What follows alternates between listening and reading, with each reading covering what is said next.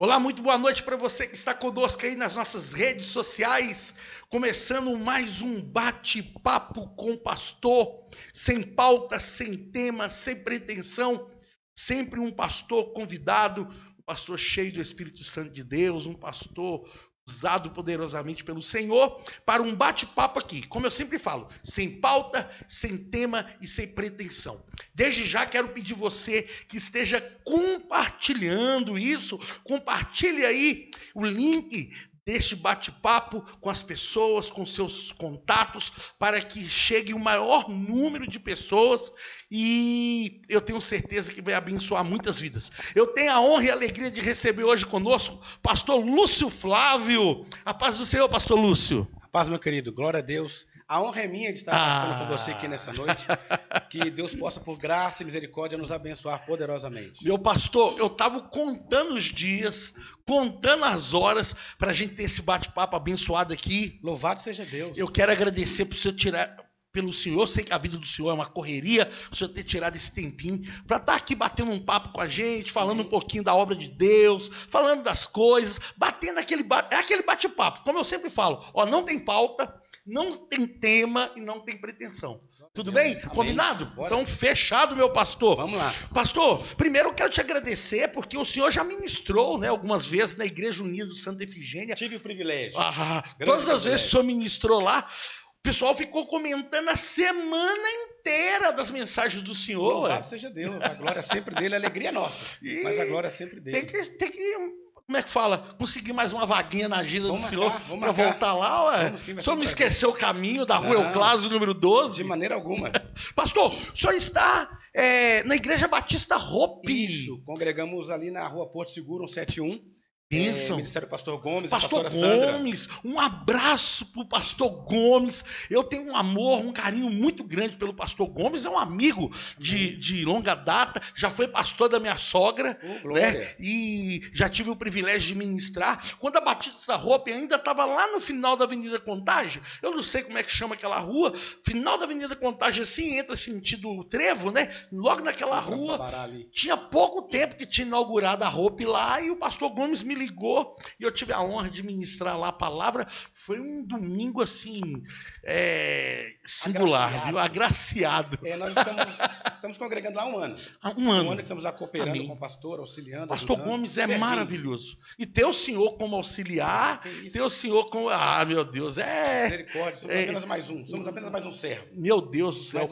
Pastor Lúcio, eu tenho visto e tenho acompanhado e, na realidade, sou muito abençoado sempre pelas ministrações, eu sempre, quando eu acordo, na hora que eu ligo meu WhatsApp assim, tem sempre uma palavra de bênção, uma palavra voltada para o casamento, para a família. E eu queria, logo no início do nosso bate-papo aqui, que nós vamos longe do bate-papo hoje, hein? Vamos falar sobre muitas coisas, mas eu não posso deixar de falar o quanto eu sou abençoado com as palavras do Senhor, com as ministrações, ainda que são curtas, né, porque pelo WhatsApp, mas sobre a família. Me fala aqui, pastor, como é que foi que nasceu, como é que essa chama, né, começou a arder dentro do coração do Senhor para restauração de casamentos, de famílias? Fala um pouquinho aí desse chamado maravilhoso.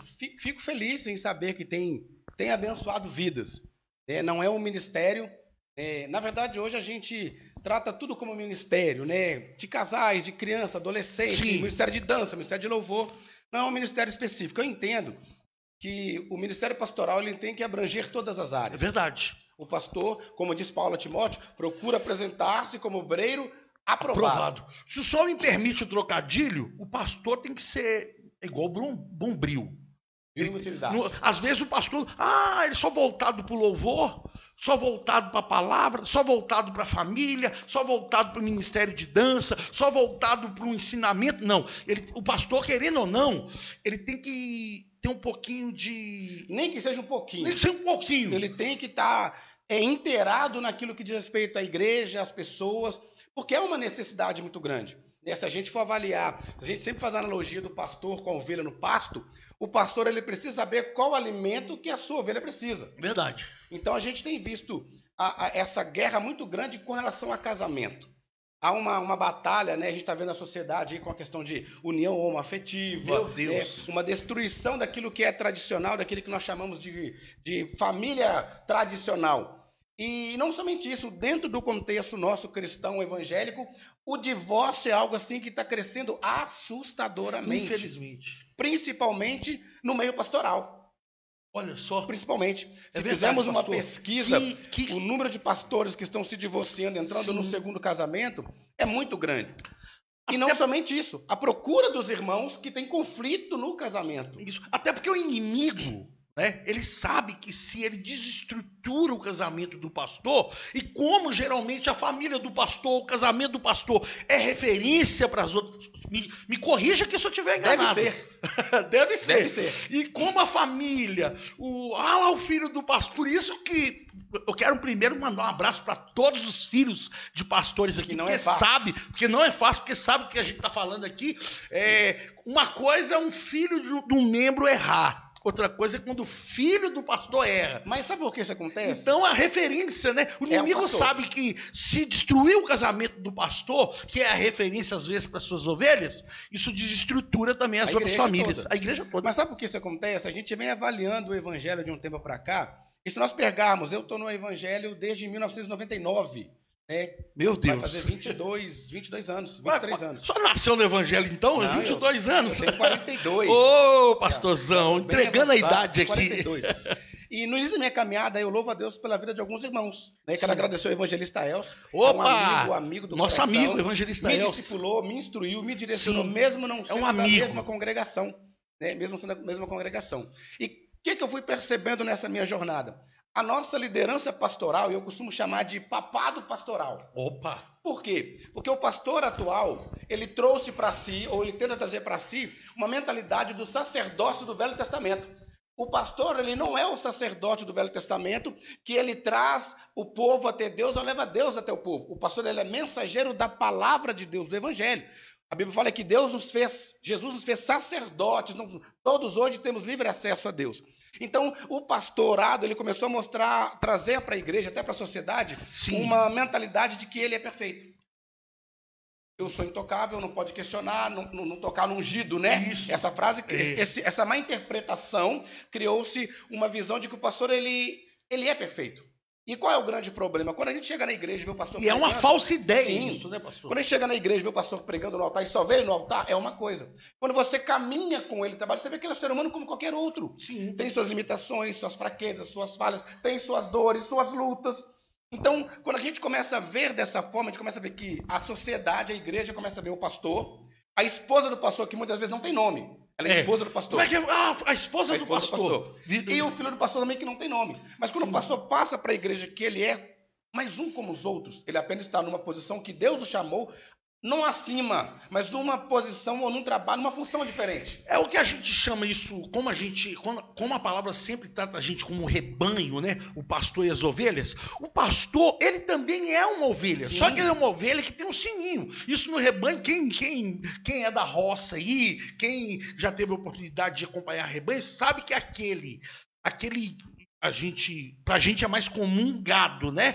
A ovelha é muito usada na Bíblia porque lá em Israel é comum você ver rebanho de ovelhas. Mas a ovelha ou o gado que tem o sininho, ele geralmente é o mais experiente. É o que vai à frente.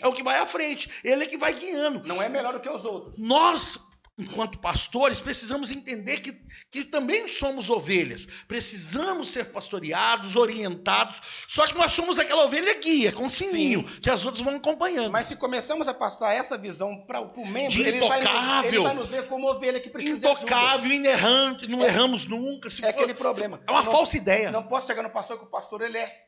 Não, ele é ser humano. Ele precisa de abraço, de oração. O pastor chora. Um grande problema que eu vi nessa caminhada pastoral chama-se solidão. Meu Deus. O pastor, ele é solitário. Mesmo estando no meio de uma multidão, que é o pior tipo de solidão. Por quê? Porque o membro conta para o pastor as suas limitações e falhas. O pastor não pode contar para o membro. Verdade, olha. Porque se ele contar, pastor, a igreja não sabe lidar com aquilo. Forte isso. A igreja não sabe lidar com isso. Muito forte. Mas, infelizmente, por essa mentalidade que foi passada pela própria liderança pastoral. intocáveis. Na verdade, onde a gente veio, uns 2 anos atrás, teve um crescimento muito grande de suicídio de pastores. Os pastores ficou sabendo, pastores de Paraná. Meu Deus. Por quê? Por causa dessa solidão. Mas essa solidão que muitas vezes nós mesmos trouxemos para nós. Sim. Talvez um pastor disse para mim assim, pastor Lúcio, não conte para a sua igreja as suas fraquezas ou suas limitações, porque eles não querem um líder fraco. Mas o que é ser um líder fraco? Verdade. Pastor, isso eu acho que a solução disto é só uma pergunta, é lógico, está em pastores também ter com quem se aconselhar. É necessário. O senhor entendeu o que eu estou falando? Porque às vezes, como o senhor disse aí, o senhor, como é que fala? Falou de uma maneira espetacular. Às vezes a ovelha tem o pastor, a pastora, no caso as mulheres, na minha igreja mesmo, eu sempre falo, olha, mulheres, se aconselham com a minha esposa. Sim. Porque de mulher para mulher, é mais fácil, mulheres, né? Voltadas para a luz. É, né? Pensou que era Marisa, né? Mas aí, e os homens eu falo, qualquer coisa, conversa comigo. Então, por quê? Porque a gente é preciso que nós tenhamos pessoas para desabafar, conversar as nossas falhas. Pra então, ajudar. Às vezes a solução está em termos conselheiros. Vínculos de amizade. O pastor precisa ter um conselheiro. Precisa. E isso vai acontecendo com vínculos de amizade. Sim. Eu já ouvi pastor assim, Lúcio, chega na igreja, prega e não se envolva com o povo. Olha só. Como um pastor não se envolve com o povo? O pastor tem que cheirar o povo. O pastor tem que cheirar a ovelha. É impossível ser pastor e não ter cheiro. Pastor de escritório, pastor com ar-condicionado de escritório. Esse negócio acabou. É fácil. E isso também acabou, porque na realidade, as ovelhas de hoje em dia, devido ao pastor, quando eu era criança, não há muito tempo atrás, assim como da mesma forma o senhor, era difícil ter um membro, uma ovelha que talvez tinha um seminário e talvez tinha um conhecimento maior da Bíblia. Hoje em dia, pastor, na minha igreja mesmo, a minha igreja é pequena, sempre tem alguém lá que já fez seminário, e muitas igrejas que eu vou ministrar, quem já fez seminário aqui? Às vezes levanta aqui tanto de gente, tanto de ovelhas que aprenderam, que cresceram espiritualmente. Então, hoje em dia, aquele negócio de pastor só ficar no escritório, ar-condicionado, não atende e não tem o cheiro de ovelha, acabou. Na verdade, esse não é pastor. Aí que é da questão dos ministérios. Sim. Né? Hoje nós temos o evangelista que se intitula pastor. Sim. O missionário que se intitula pastor. O itinerante que não tem um povo que também... São peças importantes, mas na posições erradas. Na posição errada. O título errado. Porque, na verdade, a igreja evangélica brasileira, a gente criou uma mentalidade de título. Sim. Se tornou uma escada denominacional. Eu sou membro, líder de jovem, vou crescendo, diácono, obreiro, até eu chegar no pastorado aqui. Ministerial. Só que qual é o problema? Quando eu iniciei a minha caminhada cristã, e a gente vê uma diferença muito grande, a gente olhava para o pastor e nós queríamos assim, eu quero ser igual a esse pastor. Referência. Eu quero ser como o meu pastor. Sim. Ou eu quero ser como o pastor que eu vi pregando em igual lugar. Isso hoje quase não existe. Verdade. É estranho a gente avaliar isso e chegar a essa conclusão. Sim, eu concordo. E por que isso acontece? Porque nós não temos preocupado em ser referência de Cristo. Nós descemos o nível. Porque, na verdade, o que acontece? O nosso crivo deve ser Cristo. Claro. Só que nós queremos assim, eu não estou tão ruim como o pastor João. Mas eu não tenho que preocupar em estar melhor que o pastor João. Eu tenho que preocupar em parecer com Cristo. E pastor, e na realidade, esta fala assim, se eu estiver errado, o senhor me corta aqui, que o senhor aquela fala assim, de não olha para o homem não olha para o pastor não, isso aí é uma válvula de escape de quem quer andar errado. Porque na realidade, nós temos que falar com o apóstolo Paulo, seja meus imitadores, como eu sou de Cristo. Nós, enquanto pastores, e é lógico que eu não estou aqui, está parecendo até um paradoxo, né? Que a gente estava falando aqui de se mostrar mais humano, de mostrar que nós, enquanto pastores, também temos defeitos, temos falhas, e agora eu estou acabando de falar de ser referência, de ser modelo, mas aquele negócio, não olha para o homem não, nós devemos olhar sim. Nós precisamos olhar para as pessoas que nos lideram, para as pessoas que estão e essas pessoas que nos lideram e que estão à frente, frente, elas precisam seguir ou ser um modelo de Cristo ao ponto da gente dizer assim, eu quero ser igual o pastor Lúcio, porque o pastor Lúcio é igual ao Cristo. E não só o pastor, porque o chamado não é denominacional. Verdade. O chamado para ser discípulo somos de todos nós. Todos nós. Toda a família cristã precisa se parecer com Cristo. Qual o nosso problema na sociedade? Por que hoje o pessoal a gente tem dificuldade de trazer alguém até a igreja? Sim. Antigamente, se convidava para o culto, não quero ir na igreja. Meu Deus, verdade. Por quê? Porque nós, como cristãos ou como evangélicos, não temos sido referência fora da igreja. Muito forte isso, pastor. Crente, denominação. Eu costumo dizer que nós temos bons pregadores no Brasil. Temos bons pregadores, excelentes pregadores. Sim. Temos poucos pastores. Nós Verdade. temos muito bons evangélicos. São duas coisas totalmente diferentes. Nós temos muito bons evangélicos. Nem todo pastor é um bom pregador e nem todo bom pregador é um pastor. Nós temos bons evangélicos. Nós temos poucos discípulos de Jesus. Que fora das quatro paredes, ou seja, de um culto dominical, ele continua sendo cristão. Ele continua externando a glória de Deus com as suas palavras, com as suas atitudes, com a sua postura no dia a dia, sabe? Não simplesmente nesse falso amor que tem sido pregado na sociedade. Sim. Porque não adianta querer amar sem mostrar a verdade. É verdade. A verdade que liberta. Né? Mas, assim, há uma necessidade da gente mudar a chave. Eu preciso ser diferente. Se eu não tenho referencial, que eu seja esse referencial. E com certeza, pastor, partindo aqui da raiz do que nós começamos esse assunto, esta chave que o senhor falou, com certeza passa pelo casamento. Sim, principalmente. Passa pela família. O primeiro ministério do homem é a sua família. Meu Deus. A Bíblia diz que se eu não cuidar da minha casa, eu sou pior que o descrente e neguei a fé. Meu Deus. E aí encontramos, porque eu sempre chamo a responsabilidade para a liderança. Sim. Porque há sobre nós uma responsabilidade como líder. Pastor, deixa eu ler aqui só um comentário, porque está dentro do que a gente está falando, senão a gente depois muda de assunto e o comentário do irmão fica... Né? E nós queremos honrar os comentários aqui. Deus abençoe, irmão Antônio Alves escreveu glória a Deus. Simone Pereira disse boa noite. Boa noite, irmã Simone Pereira, nossa ovelhinha, lá da Igreja Unida de Santa Efigênia. Dalva Soares Conte está conosco também. E o Antônio Alves, ele disse assim, a soberba não deixa ser aconselhado.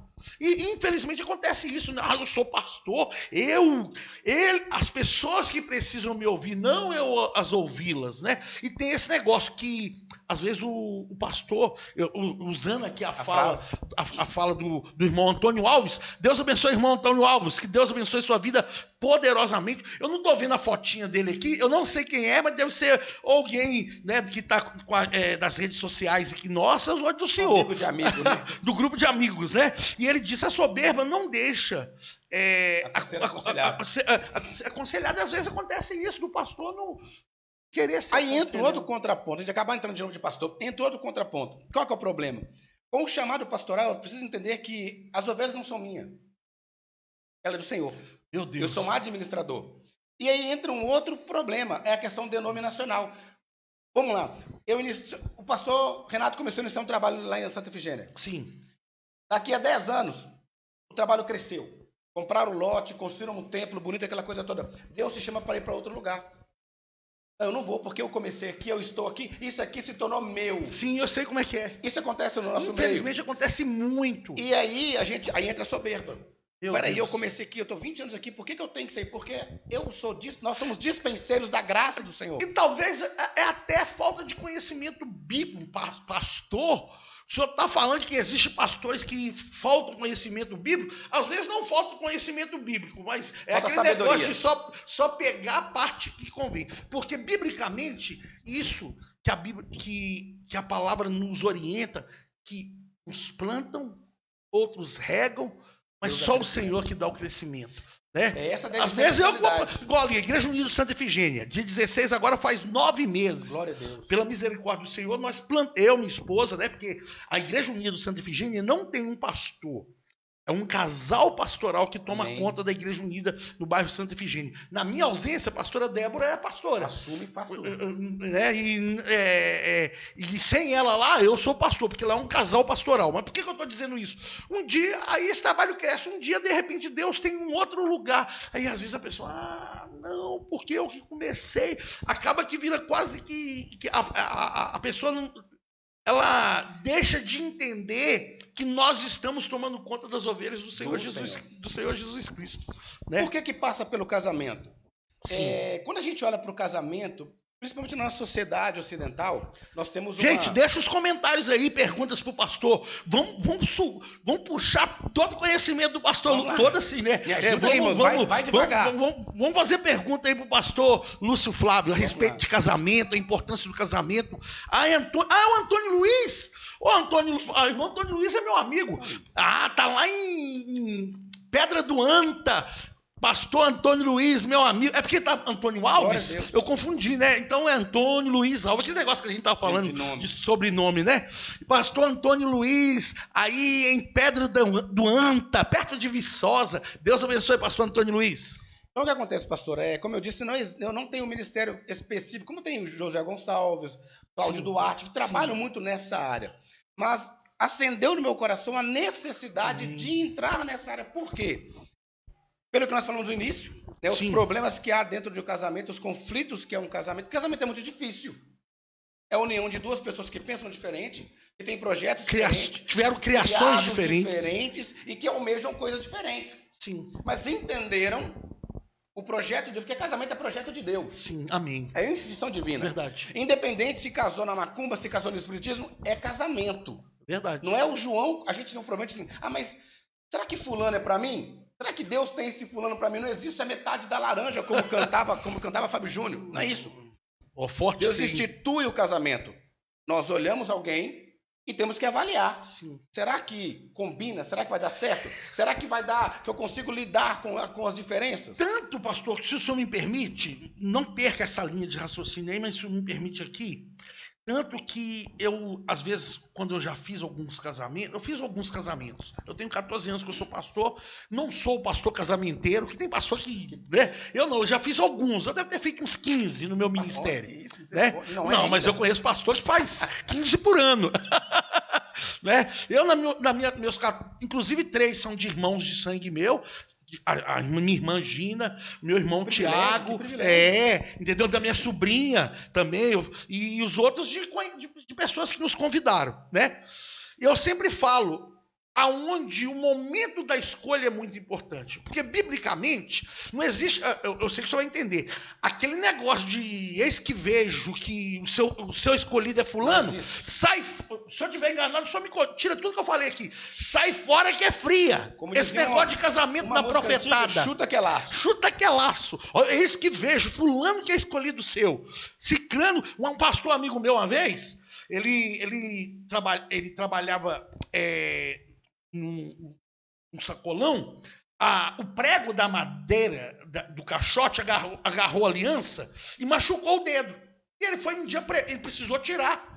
Foi pregar um dia, e aquele negócio da esposa não acompanhar, às vezes, o esposo na pregação. E as irmãs querendo um varão abençoado que prega. A minha esposa só não vai comigo quando eu vou para longe, e às vezes fica inviável, né? Mas geralmente ela me acompanha. E ele foi ministrar, uma história real. Sem aliança. Sem aliança. Aí, de repente, ele está pregando, de repente, chegou um profeta rodando e eis que te digo, eis que te vejo. Deus está mandando dizer que a tua escolhida está aqui. Diz que esse pastor, diz que ele falou assim, então aproveita e pergunta para Deus aí, o que eu faço com a minha esposa e com minhas 2 filhas que ficam em casa. Quer dizer, o quanto é sério esse negócio de pastor, existe isso, né, pastor? O senhor sabe que existe. Claro. Casamento da profetada. Por que eu estou dizendo isso? Nós que temos que escolher, e o Senhor aprova. Biblicamente é isso. Por isso que é muito importante a parte de escolher, de selecionar. Avaliar com calma. Avaliar é com você. Escolher também. Escolher é com você. Para depois não ficar aquilo assim, o marido que o Senhor me deu. Não, foi você que escolheu. É o caso de Adão, né? A mulher que tu me der. Isso sempre vai existir, né? Sim. A transferência de culpa, isso sempre vai existir. Nunca... É muito raro você ver, quando o casamento encerra, a pessoa, é lógico que em alguns casos, ela assumir que o erro foi dela. Geralmente o erro sempre é do fulano. E dentro do nosso contexto evangélico é pior. Porque sempre se usa o mesmo argumento bíblico. Ou ele me traiu. É verdade. Sempre. O pastor divorciou. Minha esposa me traiu. Pastor, então, escolher é com a pessoa. Aprovar é com Deus. É o Senhor. É o Senhor. Ele vai abençoar. A Bíblia fala, salvo aqui se eu estiver usando as minhas palavras para o texto, Diz a Bíblia que nós podemos casar com quem nós quisermos, desde que seja no Senhor. Para que não haja dores e sofrimento na frente. Porque como o casamento é essa união de pessoas diferentes, não é fácil lidar. Não. Casamento é renúncia o tempo todo. É renúncia. Casamento é entrega. Todas as vezes que eu participo de um casamento, ou como eu tive também a oportunidade de fazer alguns casamentos, eu lembro das minhas palavras... O senhor é casamenteiro, pastor Lúcio? Não. Muito pouco. Pastor Lúcio casamenteiro. Se me convidava, com o maior prazer. Eu lembro das minhas palavras. Porque, na verdade, um grande problema na nossa sociedade hoje chama-se palavra. Os antigos assinavam um contrato, não havia papel. Honrava a sua palavra. Toda vez que eu participo é o que a gente brinca que é o fio do bigode. Como Isso. É que é? O fio do bigode. Tá aqui, não tem bigode. Então, assim, quando eu participo ou celebro um casamento, eu lembro das minhas palavras. Olhando no olho da minha esposa, diante do pastor, diante do Senhor, diante da família da minha esposa, da minha família e dos irmãos em Cristo. Sim. Eu prometi. Eu dei a minha palavra. No meio no processo, haverá dificuldades? Claro. Haverá problemas? Claro. Mas eu preciso honrar a minha palavra. A Bíblia fala em Malaquias, Deus falou assim: eis que eu sou testemunha entre ti e a mulher da tua mocidade. Meu Deus. Por que cresceu o número de divórcio no nosso meio? Porque o liberalismo teológico invadiu a nossa igreja. Sim. Tudo pode. Aí o pastor divorcia e vai arrumar um outro argumento. Qual que é o argumento? Não deu certo. Diferença de gênio. Ela é assim. Temperamento. Aí transfere a responsabilidade. Mas quem faz o casamento dar certo? Os dois. São dois. Isso é muito sério. Então, assim, nós precisamos entender isso. E aí a gente começa a avaliar qual é o grande problema. Um dos problemas. O homem perdeu o entendimento da sua posição como homem. Deus cria Adão e dá a Adão responsabilidade. Quando Deus desce do Éden, como descia todo dia, e ele procura Adão depois do pecado, Deus procura quem? O Adão. Adão, cadê você? Por que Deus não foi em Eva? Porque era a responsabilidade de Adão cuidar de Eva e de todo o jardim. Pastor, mandar um abraço aqui pro Rodrigo Romão, lá em Portugal. Deus te abençoe, irmão Rodrigo. Deus te abençoe aí, todos os irmãos de Portugal, dessa igreja Cristo para Todos. Glória lá em Portugal, tá assistindo pastora Vânia Castelã. Deus abençoe, pastora Vânia. Irmãos, vai mandando aí as perguntas. Manda aqui no meu Facebook. Depois todo o bate-papo vai pro YouTube, tá bom? Mas por enquanto estamos só no Facebook, Renato Ribeiro BH. Fala aí, continue aí, pastorzão. Deus, ele dá a ordem para quem? Para Adão. Para Adão. A responsabilidade? Para Adão. Nós, como homens, temos que entender que nós precisamos ser sacerdote do lar, protetor e provedor. Sim. Essa é a função do homem no lar. Sacerdote, eu preciso trazer Cristo à minha família e levar a minha família até Cristo. Essa é a responsabilidade do homem. Como que eu vou trazer Cristo à minha família? Só de palavras? Não, principalmente em atitudes. Meu Deus. Vou confessar um pecado aqui. Eu estava na igreja, pregando na igreja domingo, e a gente precisa entender que somos seres humanos. Claro. Domingo pela manhã eu saí para ir à igreja, e minha esposa, domingo, ela dorme até um pouco mais tarde. Meu menino tem 4 anos. E ele acordou a hora que eu estava saindo. Não daria tempo de arrumá-lo para levar. E se eu falasse que para a igreja, ele ia chorar e acordar minha esposa. Qual que era sempre a nossa saída quando a gente aperta? Mentir. Olha. Papai vai trabalhar. E toda vez que eu saio para trabalhar, eu saio com a minha mochila. Tá até aqui. Sim. Cadê a mochila, papai? Olha só como é que... 4 anos. Meu Deus. E eu tinha que levar a mochila que eu estava levando uma lembrancinha para o Dia das Mães na igreja. Dia das Mães, sim. Peguei a mochila e coloquei nas costas e fui para a igreja. Quando eu voltei, era Dia das Mães, fui na casa da minha mãe almoçar. Fui na casa da minha sogra. Aí minha esposa assim... Tem uma conversa séria com seu filho. Por quê? Porque ele falou assim, mamãe, papai, ele é um mentiroso. Minha esposa, por quê, Theo? Porque ele disse que ia trabalhar e foi para a igreja. Olha. O nosso maior ensino é o exemplo. Então nós, como homens, temos que ser sacerdote do lar. Um exemplo. Provedor. Prover o quê? Nós achamos, a nossa sociedade machista brasileira, nós temos que prover para a esposa, para a família, é alimento, casa e pagar as contas. Não. A esposa necessita muito mais do que comida. Verdade. Ela quer ser ouvida, ela quer ser amada, ela quer ser cuidada, ela quer ser respeitada. Como eu mando de vez em quando as mensagenzinhas. Sim. Uma palavra de Nós vamos carinho, falar um pouquinho sobre as uma palavra mensagens. de carinho para a esposa pela manhã. Verdade. Dizer que a ama. A mulher necessita Pastor, se o senhor me permite, eu em outubro agora eu faço 18 anos de Glória casado. a Deus. E tenho uma esposa e se eu estiver enganado aqui, o senhor pode me corrigir. Se tem uma coisa que às vezes as esposas gostam é de ser ouvidas. Sim. A minha esposa, a pastora Débora, às vezes, quando ela começa a conversar comigo, eu paro e fico ouvindo, porque às vezes ela quer ser... E eu percebo que ela vai emendando um assunto no outro, e eu falo, olha meu Deus, o quanto ela quer ser ouvida, não é verdade? Eu estou enganado na minha linha de raciocínio, às vezes, porque o homem tem esse negócio de, às vezes, tipo assim, chega do serviço, cansado quer e tal, quer sentar. A mulher não, ela quer falar do dia, ela quer falar o que aconteceu com o filho, como é que está, nós estamos em pandemia, talvez isso está acontecendo menos, mas a mãe quer falar como é que o filho está na escola, como é que foi o dia. Ela quer colocar o marido a par de tudo que aconteceu. Então, e a mulher, às vezes, ela tem essa necessidade, uma necessidade tão simples de ser ouvida. E nós homens, às vezes, não conseguimos entender. Por quê? Porque a gente não tem preocupado com o que diz a Bíblia. Paulo diz que o marido deve amar a esposa, assim como Cristo amou a igreja, a ponto de se entregar por Meu ela. Deus, isso é muito forte. Muito forte. Quando nós entendemos a nossa posição como maridos, nós começamos a viver como tal, aí que entra a segunda parte. Por quê? Todo homem quer uma esposa submissa. Todo marido quer. Entendendo, irmãs, que submissão não é estar abaixo do homem e nem ser capacho. O homem tem uma missão, o homem é o cabeça. Sim. Paulo deixa bem claro. Isso é Cristo bíblico. é o cabeça do homem, o cabeça da mulher. Então, há uma missão para o homem. A mulher ela está junto com o homem na mesma missão.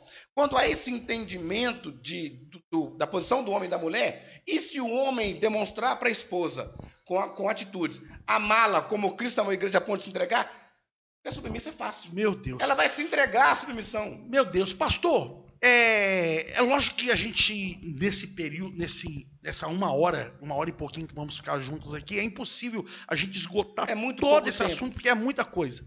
Mas me permita aqui, se o senhor, eu sei que entre tantos conselhos, e eu sempre digo isso de coração, eu sou abençoado com todas as mensagens, sempre que o senhor manda, eu sou poderosamente abençoado.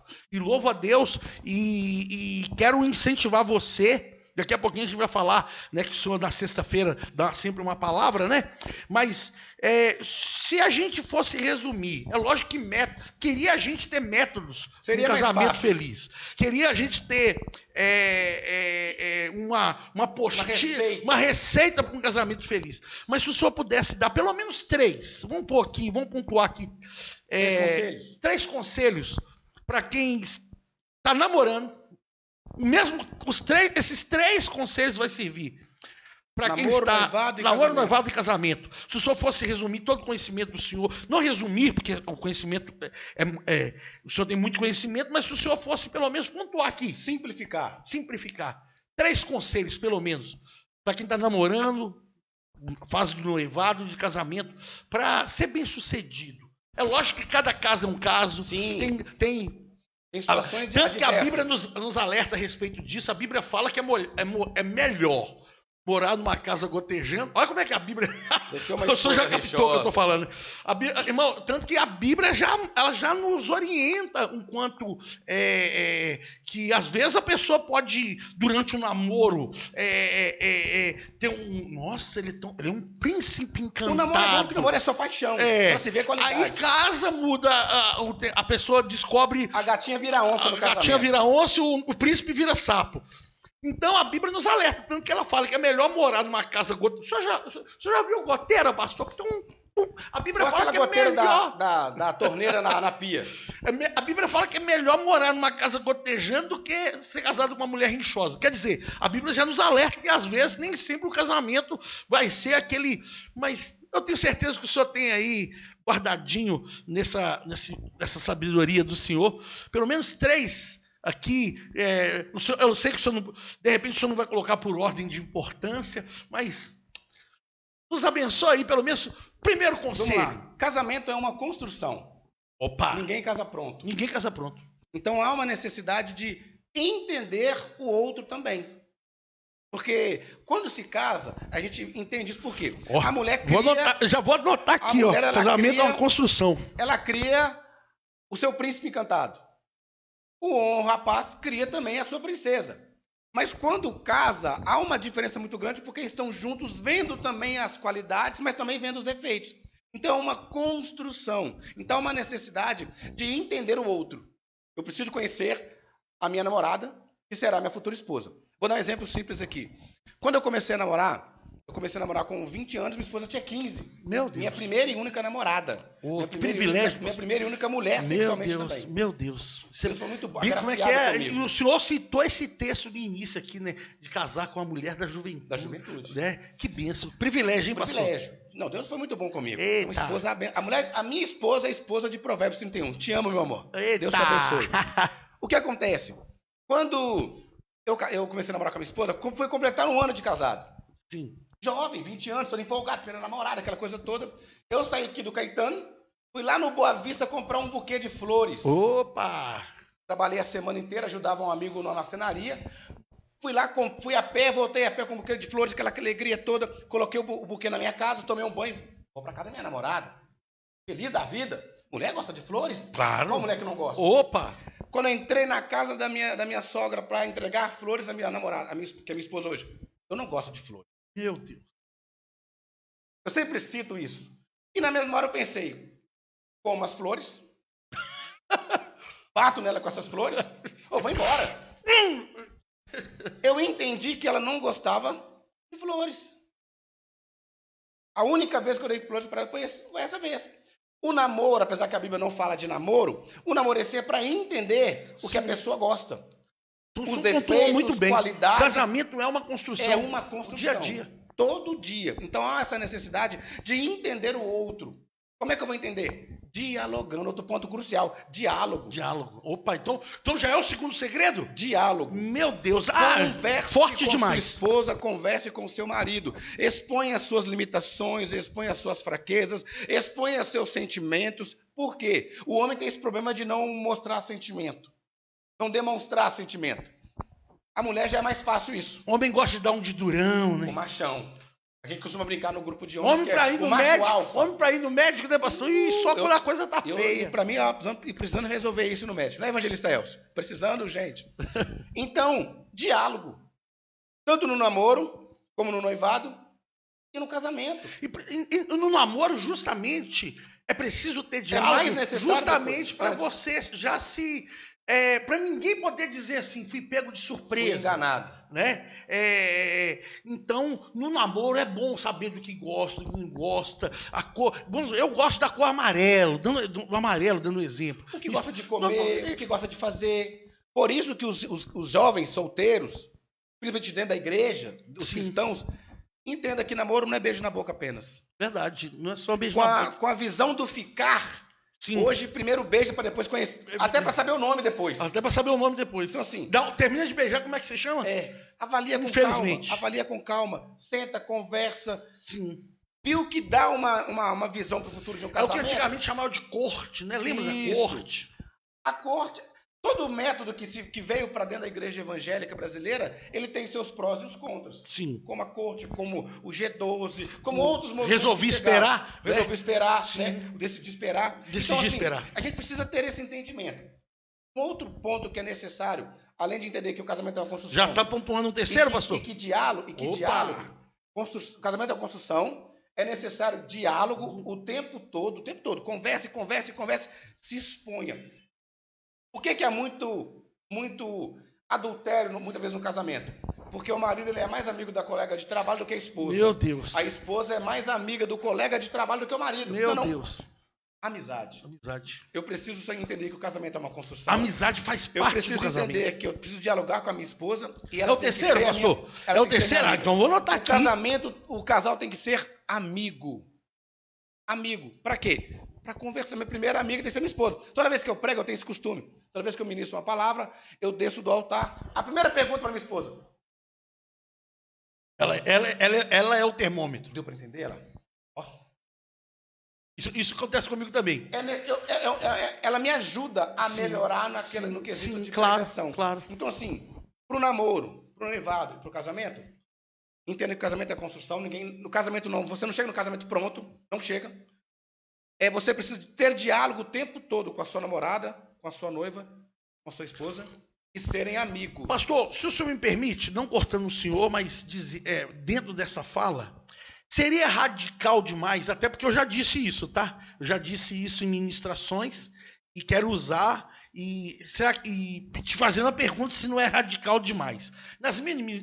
Em alguma ministração, em algumas, porque não foi uma só vez que eu disse isso, espero que eu não fui radical. Eu disse assim: a melhor amiga de um homem é a esposa dele. Esse negócio do camarada é casado, mas tem uma melhor amiga. Me desculpa, assim, pastor, você não está sendo muito radical, não? Não. Espero que não concordo. Que o senhor não me veja muito radical. Corrobora e a Bíblia. A melhor amiga de um marido, de um homem, é a esposa. E vice-versa. O melhor amigo de uma mulher, de uma esposa, é o marido. Deve ser. O problema todo é que a gente acaba... Nós não somos preparados para o casamento. Pega assim um jovem na sua igreja de 20 e poucos anos que está pensando em casar, raramente nós temos curso de noivo. Os nossos pais não aprenderam, então também não nos ensinam a dificuldade que é um casamento. Sim. Então, chegamos muito cru. E a nossa sociedade libertina, e infelizmente dentro da igreja também, o jovem, ele namora, não tem pensamento de casar. Eu ouvi uma frase uma vez de um pastor, falando de radicalismo, porque hoje em dia não se pode ser radical. Pegamos Jesus, não há ninguém foi mais radical do que Jesus. Meu Deus, verdade. Ele disse assim: ou é céu ou é inferno. Ou é quente ou é frio. Quem comigo não se ajunta, se espalha. É quente ou é frio. Não, ou é barro ou é tijolo. Jesus foi radical. Ou é ovelha ou é cabrito. Jesus foi radical. Não tem meio termo. O tempo todo. Então nós ficamos muito preocupados com esse politicamente correto, que é usado muito hoje, de não ser radical. Eu vi uma palavra de um pastor, John Piper, um teólogo americano. Ele disse assim: se você está namorando com... Você é jovem. Se você está namorando com alguém que você não pensa em casar, você está namorando com a esposa de outra pessoa. Olha só. Namoro é para casamento. Verdade. Cristão namora para casar. O senhor me corrige se eu estiver errado. Nem todo namoro talvez vai dar em casamento, mas ele tem que ter pelo menos um pensamento de casamento. É o projeto. Ele tem pelo menos que passar pela cabeça de ambos, dos dois, pensamento de não casar. Quer dizer, pastor, o senhor está dizendo então que a primeira pessoa que eu namorei eu já tenho que casar? Não. Nem todo namoro vai dar em casamento, mas tem que ter o propósito pelo menos de casamento. Quando esse propósito não existe de nenhuma das duas partes. Ou de repente não existe de uma das duas, ou dos dois. Ou só existe de um, não existe do outro, não existe meio quase casado. Como é que andaram dois juntos se não tiver de acordo? Não tem jeito. Quando um não quer, dois não briga. Quando um não quer, dois não casa também. Então, é mais ou menos sobre isso. O casamento, o namoro, nem todo namoro vai dar casamento. Sim. Mas tem que ter a pretensão, pelo menos, do casamento. Nós vivemos no nosso contexto um extremismo muito grande. O jovem na igreja namorou, tem casa rápida, não tem relação sexual. Tem esse problema. Às vezes eles preferem criar uma pressa do que orientar e preparar o caminho do namoro santo, o namoro, né? Eu lembro quando eu era jovem, eu já fui jovem. Eu já fui criança, pastor. Claro. Pastor, a nossa diferença de idade é de 5 anos apenas. Eu tenho 47. Eu tenho 18 casas. Eu sei que eu tenho 47 com um corpinho de 20, mas... mas eu lembro quando eu era jovem, eu glorifico a Deus que eu tive muitos pastores abençoados, pastores que hoje eu sou pastor, mas eu fui pastoreado por grandes homens de Deus, entendeu? E eu lembro que sempre o pastor, olha, no namoro tem que ter lugar os três, né? Você, o namorado e o Espírito Santo tem que estar ali, né? E eu sempre lembrava disso, às vezes, tipo assim, no sofá, namorando, porque é normal, namoro, sentar para ver uma televisão, para ver... Eu, quando eu namorava com a pastora Débora, isso todo mundo sabe disso, eu era tecladista da igreja e eu, assim, tive uma vida normal como jovem, fui um pouco namorador, como qualquer jovem, Faz parte da idade, né, da juventude. Mas sempre, todos os namoros que eu tive, eu tinha intuito de casar. Por isso, essa fala que eu disse aqui, eu sempre trouxe ela no meu coração. Quando eu via que a pessoa tinha ciúmes demais, ou não concordava assim, eu sei que o senhor vai entender.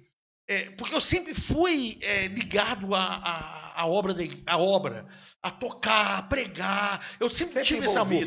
Quando eu percebi que a pessoa não iria me acompanhar ou não concordava, eu chegava e falava, olha, vamos terminar, porque... Não seria a sua auxiliadora. Sim. Ela seria o seu freio de mão. E, para você ter uma ideia, eu e minha esposa, o nosso namoro acontecia da porta da igreja até na porta da casa dela.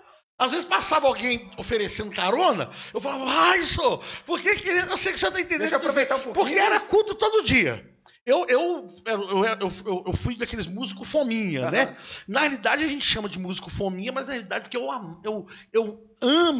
amava. Eu hoje toco com menos intensidade porque estou pastoreando. Mas se precisar tocar todo o culto, eu toco todo o culto, como eu faço isso na nossa igreja. Por que eu estou dizendo isso? Às vezes eu ficava assim, pedindo, passava alguém para oferecer uma carona, a pastora Débora tá rindo ali. Passava alguém para oferecer a carona, eu falava, vai, não vou pegar carona. Porque o nosso namoro era da porta da igreja até na porta da minha sogra, até na porta da casa dela. Aí a gente ali não muito, às vezes eu pegava uma jantinha. O senhor fez isso, pastor? Muito pouco. É mesmo? Muito pouco. Apesar de morarmos na mesma rua. Então, mas eu aí passava na casa, às vezes, a gente ia conversando, de mão dada, namorando, da porta da igreja até na porta da casa dela, entrava, eu jantava, depois tinha ido embora, porque no outro dia tinha que acordar para trabalhar. Então, como é que fala? Então, eu fui sempre orientado, olha, tem que ter lugar são os três. Então, eu glorifico a Deus, porque às vezes alguém pode dizer assim, isso é coisa antiga. Não, existe ainda namoro santo. Existe ainda namoro que honre se o guarda, que honre o Senhor. Que honre o porque Senhor. O namoro, o nosso relacionamento é para honrar o Senhor. Paulo compara o casamento do homem ou mulher com a volta de Cristo. Olha só. É verdade. Eu falei, é um mistério. Então, assim, o casamento de um cristão, ele precisa honrar ao Senhor. Externar Cristo no casamento. Eu já ouvi de jovens dizendo assim, pastor, eu não quero casar porque eu não quero viver o casamento que meus pais vivem. Meu Deus. De gente...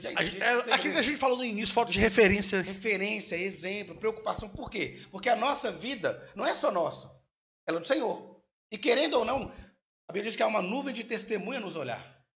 E o nosso testemunho, ele fala muito mais do que as nossas palavras. Muito forte. Pastor, então o senhor deixa essas pedras preciosas. A primeira, bem simples. Casamento é uma construção. Anota aí, você que está namorando, você que está noivo, você que já está casado, já pode começar a aplicar no seu casamento. Nunca é tarde para começar a aplicar isso, né, pastor? Pelo contrário. Nunca é tarde para começar a aplicar. Deve ser aplicado todos os dias. Então, primeiro, casamento é uma construção, é dia a dia, é um dia após o outro. Todo dia colocando um tijolinho. Todo dia colocando um tijolo. Tem que quebrar uma parede para tirar, para colocar outra.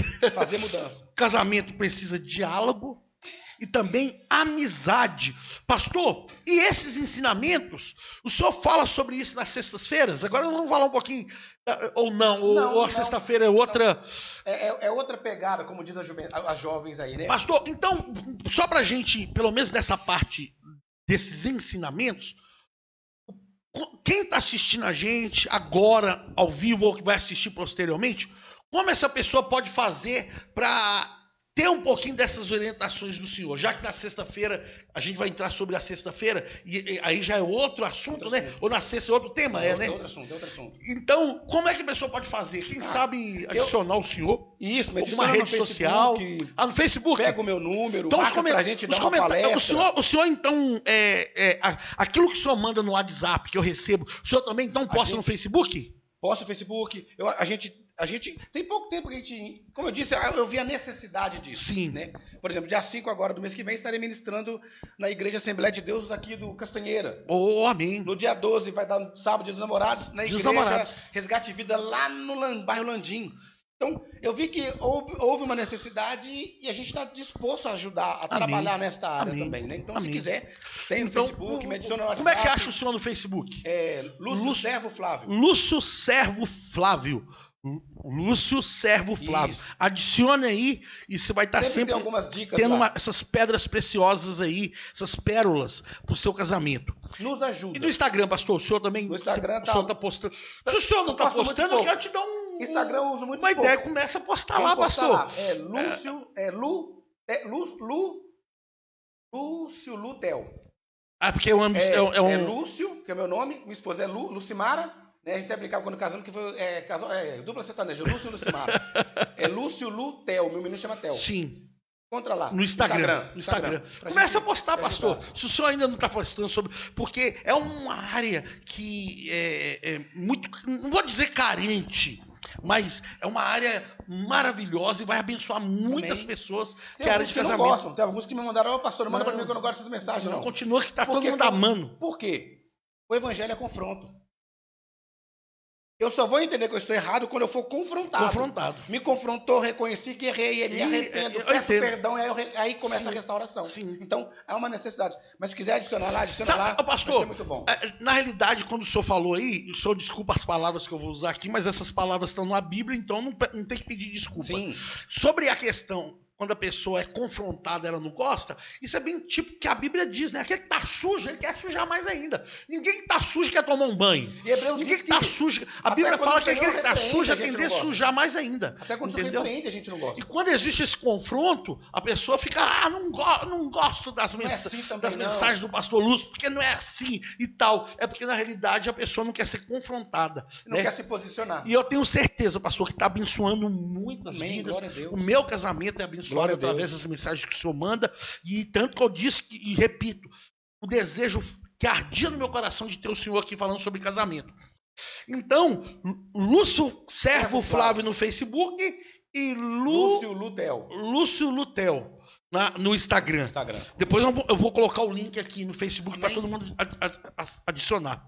Pastor, o interesse é servir ao Senhor e ao reino. Então, sexta-feira a gente está mudando de tema aqui, então? Totalmente. Sexta? Totalmente. Porque eu sei que o senhor tem um trabalho maravilhoso nas sextas-feiras, que a gente estava compartilhando aqui. É uma célula, pastor? É um grupo de crescimento? Como é que o senhor... A mentalidade qual é o nome do senhor daí? É isso mesmo. Não colocamos um bate-papo bíblico. Opa! Um bate-papo bíblico. Estamos nessas últimas sextas-feiras trabalhando com desconstruindo a nossa religiosidade. Quando eu conheci o Evangelho, com pouco tempo eu comecei a entender, principalmente participando de evangelismo, de grupo de estudos, aquela coisa toda, que a mentalidade, pelo menos da igreja a qual eu nasci, a mentalidade era descatolizar o Brasil. Sim. É o que eu entendia no início. Né? E aí... A gente sempre tenta, ou a gente vê muito a igreja evangélica atacando, ou os líderes atacando a religião. Sim. A religião budista, a religião do candomblé, aquela coisa toda. Mas nós também nos tornamos religiosos. Há uma diferença do cristão para o evangélico. Quer ver um exemplo? Eu trabalho numa área, o senhor já foi lá na loja que eu trabalho. Sim. Eu trabalho numa área... Inclusive, quero agradecer o senhor pela bandeira. Glória, sem problema. Aquela bandeira, irmãos, tem uma bandeira do Brasil no nosso púlpito lá. Foi um presente do pastor Lúcio para a nossa igreja, viu? Pastor, ela sempre tá lá com carinho a bandeira do Brasil, viu? Eu trabalho numa área muito difícil de Belo Horizonte. Eu trabalho na chamada Zona Boêmia. Meu Deus. A loja que eu trabalho está em esquina com a Rua São Paulo com Tradicional em Belo Horizonte. Eu costumo brincar que eu trabalho onde eu trabalho ali, o local ali é o segundo andar do inferno. Meu Deus. Tem de tudo ali. De tudo, de verdade. Tráfico, prostituição, homossexualismo, roubo, tem de tudo ali. Por que eu falo desse trabalho de desconstruindo a nossa religiosidade? Eu estava quinta-feira passada na porta da loja, e a nossa loja ela é porta e meia com o prostíbulo. Meu Deus. Com os hotéis. Misericórdia. Estamos debaixo do hotel, na verdade. E aí uma moça que trabalha no hotel, uma mulher que trabalha no hotel, estava o porteiro sentado e ela chegou dizendo assim, você está cabisbaixo hoje? Eu quero orar por você. Ué? Desse jeito. Eu ouvi, tem uma oração ali. Ela está assim, desculpa a expressão, não é porque eu sou puta que eu não posso orar. Nossa. E ela começou então a falar assim, aí eu saí para ver o que ela fazia, ela estava zombando. No nome de Jesus, sai trem ruim do rapaz. Uma zombaria. Por que eu falo que se tornou uma religiosidade? O nome de Jesus no nosso meio, ele se tornou, infelizmente, uma palavra no final da frase. Não precisa ir longe, não. Esse último BBB, eu não acompanhei, não, mas, assim, propaganda toda hora, né? E isso eu gosto de jornal, isso aí eu acredito que o senhor também. Né? Acaba que a gente não acompanha, mas vê. E tem um jovem do BBB, pelo que eu entendi, esse ano, que inclusive acabou esses dias, graças a Deus. Que ele ficava o tempo inteiro, em nome de Jesus, em nome de Jesus, em nome de Jesus. Como se o nome de Jesus fosse, assim... um abracadabra da mágica. Meu Deus do céu. Mas se tornou, até no nosso meio. Eu chego na loja lá para trabalhar e passa o rapaz que ele vai roubar o celular do Uber. Ô, pastor, Deus abençoe seu corre no nome de Jesus, porque eu tô no meu corre. E hoje vai dar bom no nome de Jesus. Ele vai roubar, mas tá usando o nome de Jesus para dar bom para ele. Meu Deus. Se tornou religiosidade. Eu costumo chamar de evangeliquez. O que é o evangeliquez? É o pronunciar do crente. Sim. Tá amarrado. Antigamente o crente era conhecido pelo seu jeito de falar. Pedro, né? Você é um deles. Não sou, não. É sim, você anda igual a ele, você fala como ele. Então, antigamente, o crente era conhecido pela sua fala. Né? Falava misericórdia, era só crente usava a expressão misericórdia. O senhor lembra dessa época, pastor? Lembro. Eu estava no supermercado com a minha esposa, eu estava num sacolão. Às vezes eu falo, Débora, é crente. Como é que você sabe? Misericórdia é crente. Pelo jeito de falar. Hoje em dia acabou. Hoje em dia acabou. Mas por que isso chegou nesse ponto? Porque nós começamos a não honrar o nome de Jesus. Eu falo que é o nome que está acima de todos os nomes. Mas virou marca de tênis, virou elástico de cueca, virou Deus, virou marca. Porque é vendável. O mundo gospel... como é que tem um nome isso? O senhor falou do mundo gospel, eu concordo, mas tem um outro nome, tipo assim... não é uma marca, não seria uma marca, mas é uma maneira igual o senhor falou, vendável. Estamos mercantilizando o nome de Jesus. Meu Deus. Para o nosso próprio benefício. O mundo gospel é fato, é visível. As músicas, a gente pega o cantor cristão, a harpa cristã, pega os hinos antigos. Um dia eu estava lá na igreja do senhor, você me fez uma pergunta. Sim. Você vai lembrar. Eu lembro. Pastor Lúcio, você gosta de corinho de fogo? E o senhor? Não. Eu tenho uma mentalidade. Se não me perguntar, eu não entro no assunto. Não, claro. Se me perguntou, me deu brecha. Não, claro. Então qual o problema? Por que não? Não é generalizando. As músicas hoje, no nosso contexto evangélico, são músicas só para vender. E quando não são, é lógico... Na maioria, nem todas. Quando não são vingativas, né? Você vai Sim. ver, quem me viu na prova e não me ajudou, acho que vocês dão... Quem está em casa está entendendo. Músicas para massagear o nosso ego. Se tornou uma pregação humanista. Sim. E uma música... Meu Deus, é muito sério isso, pastor, é muito sério. Então, nosso trabalho na sexta-feira é desconstruindo a nossa religiosidade. Eu não estou olhando do outro, eu estou preocupado com a minha. Sim. Aonde eu estou sendo religioso? Se porventura eu estou vivendo no meu trabalho como qualquer um, quando eu vou para a igreja, eu sou um religioso. Ser crente no templo é fácil. Porque o pastor fala assim, levanta a mão. Levanta a mão. Assenta. Vamos orar? Vamos orar. Mas o diferencial dos discípulos de Cristo ou dos cristãos verdadeiros é lá fora. Lá fora. Verdade. E como a gente falava aqui no início sobre a falta de referenciais e não nos preocupamos em ser referenciais como cristãos, as pessoas começam apenas a usar o nosso palavreado. Sim. Há uns 10, 15 anos atrás, cresceu-se muito grande algo muito grande no meio da igreja, que eram os campanheiros, né? Sim, trazia o Guina, né? Lembra do Guina? Sim. É interessante. Paulinho Bang Bang. Você lembra? Nós fomos longe agora, hein, pastor? O bruxo tio Chico. Ih! Mas para pensar. Na época, a gente estava empolgado, e eu estava no início, no primeiro amor, Isso quando um jogador de futebol não convertia num dia, no outro dia já estava no púlpito, né? Eu costumo brincar que... E às vezes um filho da casa, não é uma pessoa que foi um filho que cresceu da casa, que cresceu ali para ter uma oportunidade, maior dificuldade, mas aí converteu um artista, converteu um jogador de futebol, converteu alguém conhecido, no outro dia está no púlpito dando testemunho. Porque virou marketing. Eu costumo dizer que o Silvio Santos converteu hoje em qualquer igreja do domingo que vem, tá, Jesus é o Senhor. Verdade. Por quê? Porque a nossa preocupação não é com o evangelho. A igreja evangélica brasileira, na maioria, e falo isso porque a gente conversa com muitos líderes, conversa com pessoal até fora do país, a gente está preocupado não o que é certo, está preocupado o que vai dar certo. Olha só. É o pragmatismo. É como se Me desculpa aqui se eu estiver enganado, mas é como aquele ditado, não importa os meios, mas sim o fim. O fim. Isso, teologia nós chamamos isso de pragmatismo. Não importa como eu faça. Eu preciso trazer gente para Jesus. Importa o resultado. Eu preciso trazer gente para a igreja. Não importa como eu faça que ela venha. Se ela venha numa promessa mentirosa, se ela venha numa profecia mentirosa, se ela venha numa... A teologia da prosperidade acabou com o evangelho brasileiro. Com a igreja brasileira. Acabou, literalmente. Vem que sua vida vai mudar, vem que nunca mais você vai ter problema, vem que você vai mudar de vida. E principalmente aqueles testemunhos, né? Em um dia ele era um mendigo, 3 meses depois já era um empresário. Meu Deus do céu. Por que isso? Porque a nossa preocupação não é o que é certo, é o que dá certo. E aí, quando eu disse no início, nós temos muito bons evangélicos.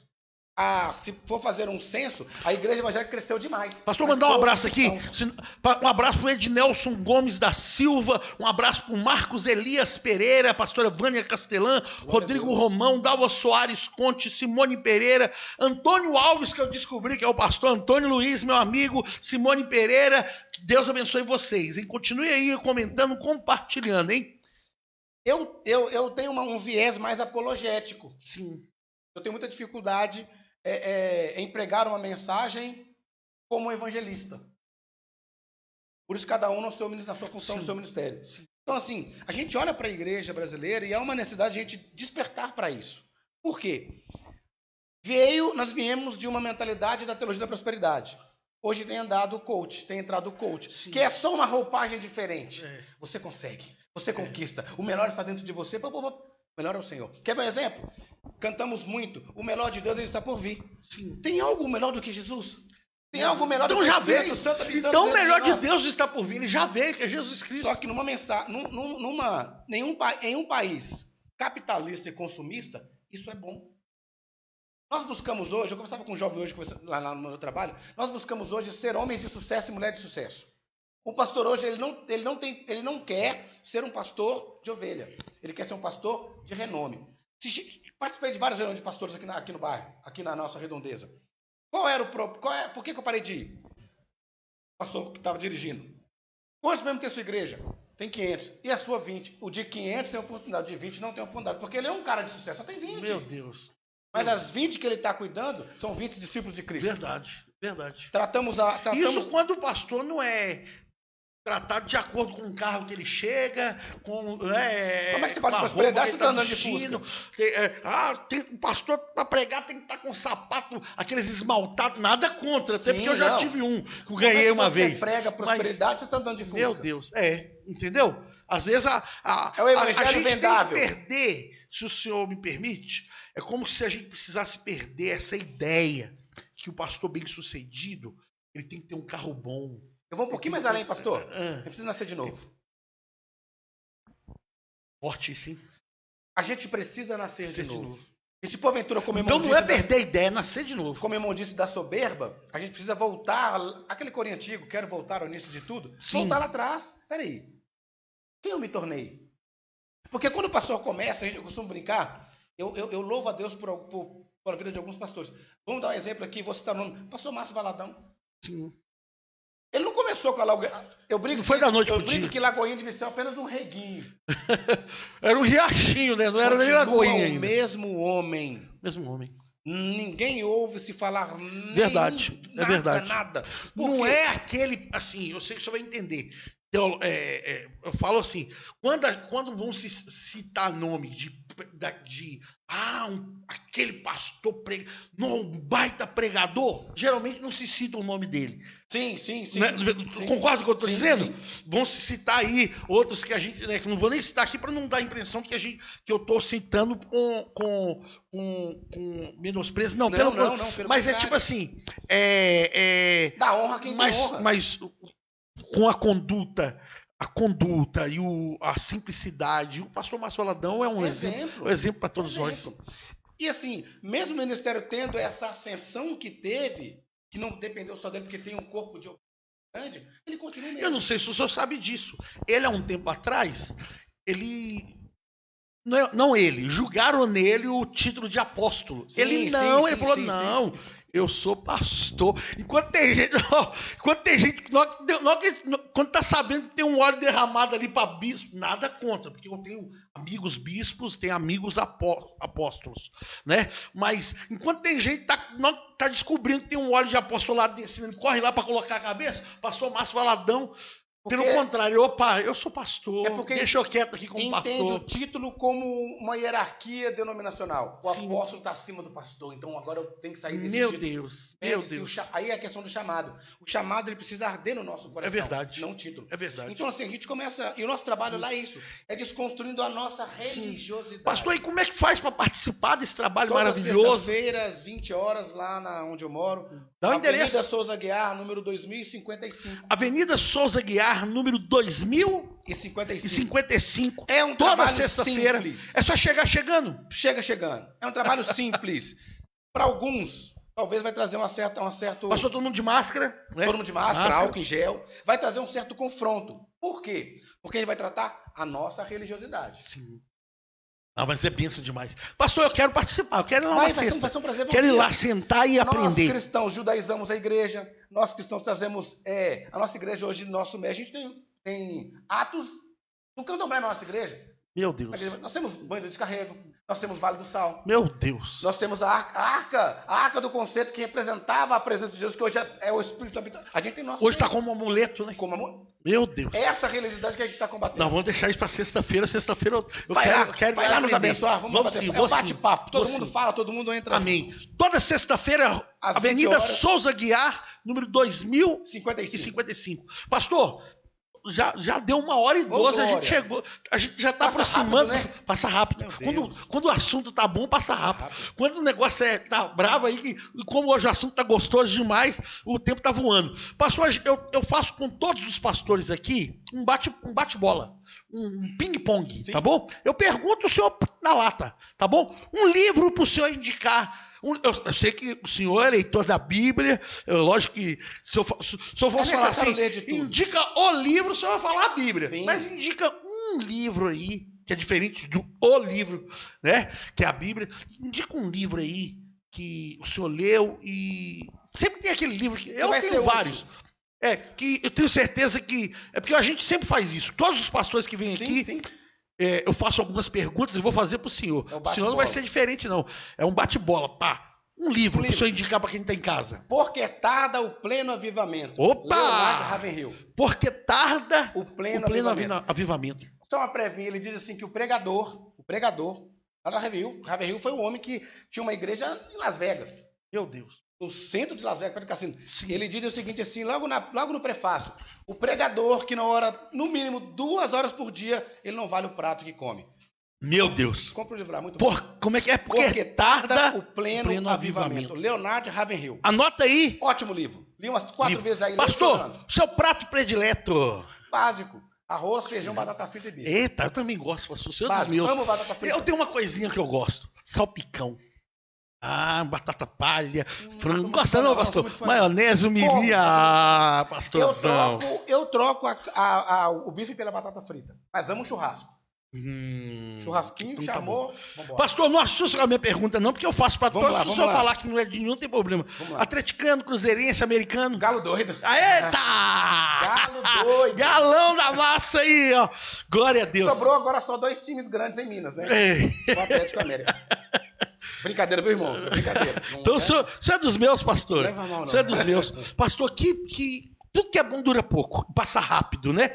E a gente quer louvar a Deus pela vida do senhor, amém, por esse momento tão precioso que passamos juntos aqui.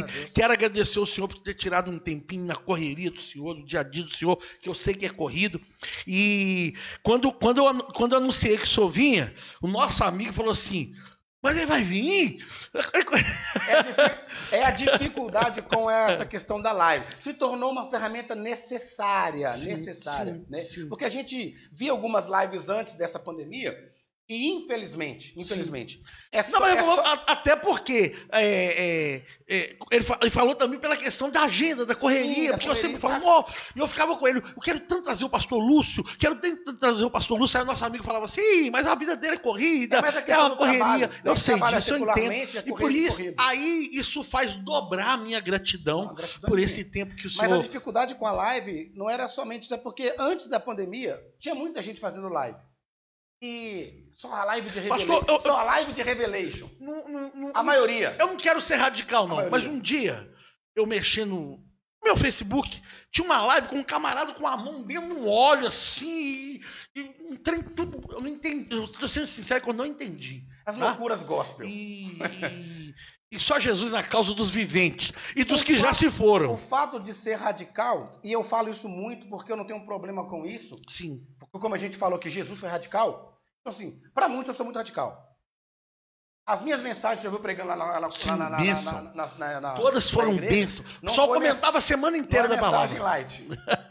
Mesmo porque a gente precisa sair dessa letargia espiritual que estamos nela. Sim. E é necessário. Eu costumo brincar o seguinte: que nós, como evangélicos, estamos sofrendo um infarto do miocárdio. É necessário vir com o desfibrilador. Então tem que ser um impacto. Choque. E a mensagem bíblica é essa. Ela confronta, amém. Ela traz o amor.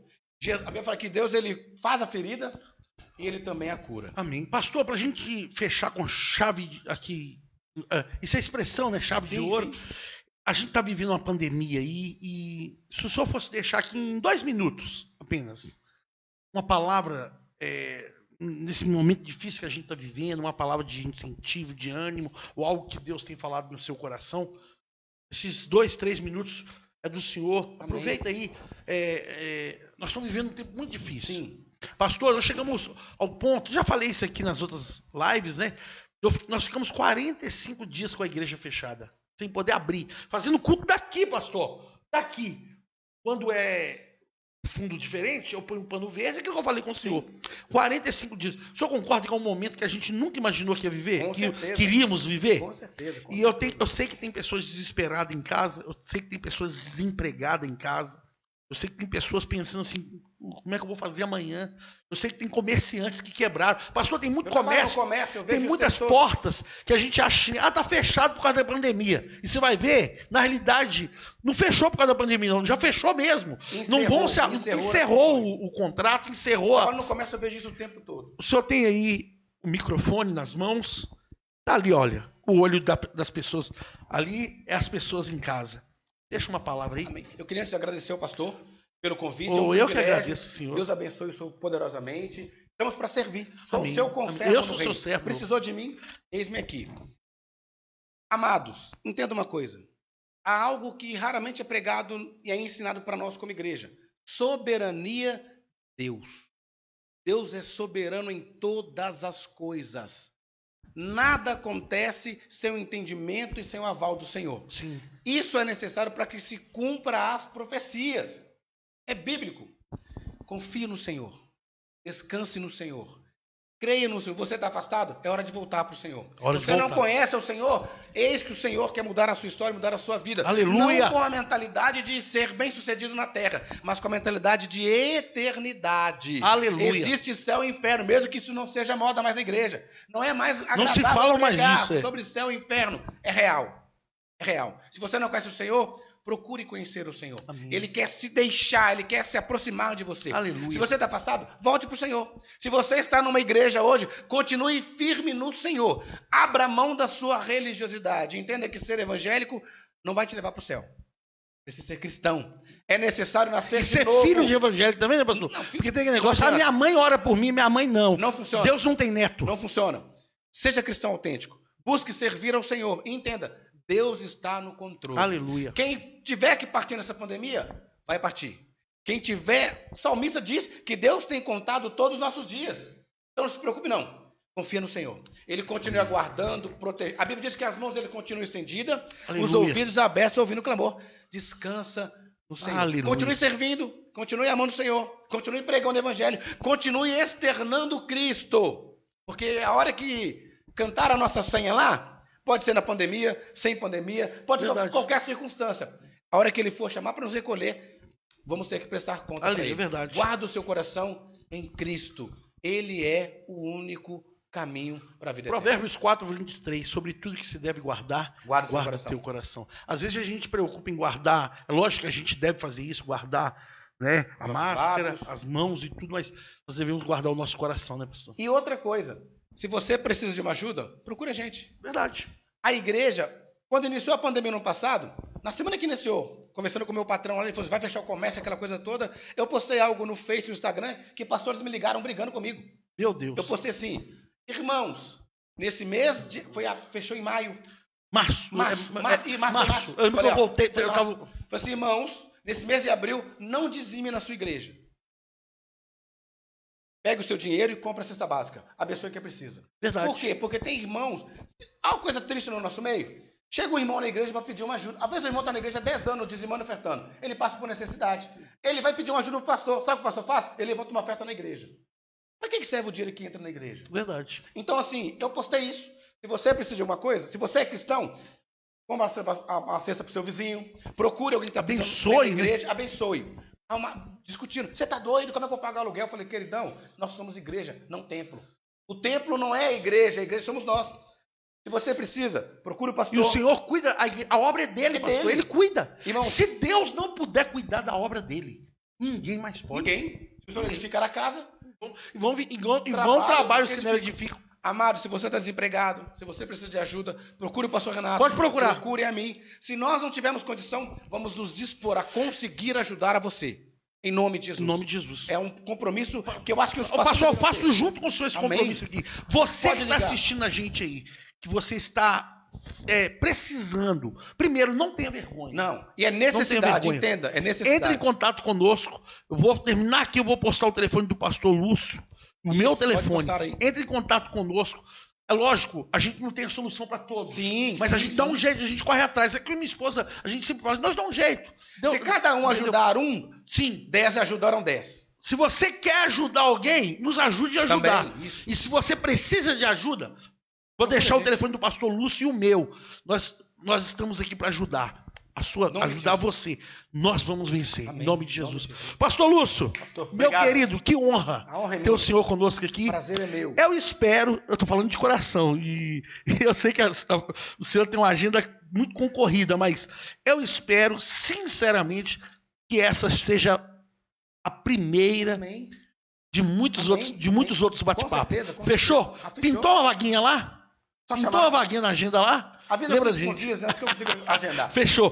Queridos, esse foi o bate-papo com o pastor de hoje, sem pauta, sem tema e sem pretensão, apenas para abençoar a sua vida. Um forte abraço, até o próximo bate-papo, até amanhã, na Igreja Unida do bairro Santa Efigênia, Rua Euclásio, número 12, culto CREI-C, às 20h30, com a missionária Juliane. No sábado, Mulheres Voltadas para a Luz, pastora Débora, minha esposa, vai bater um papo com a pastora Patrícia e com a Esther. A Esther é conhecida como a Esther do Milagre, lá do Nazaré. Ela é minha prima, não sei se você sabe. Conhece o testemunho dela? A pastora Patrícia é minha prima, mãe da Esther. Pastor Marcos Reis já esteve aqui. Olha, o testemunho maravilhoso. Pastora Patrícia vai estar com a pastora Débora aqui no Mulheres Voltadas para a Luz. Domingo, celebração de manhã, 9h30 e celebração às 18 horas. Forte abraço, pastor Lúcio. Tamo junto. Tchau. Até a próxima.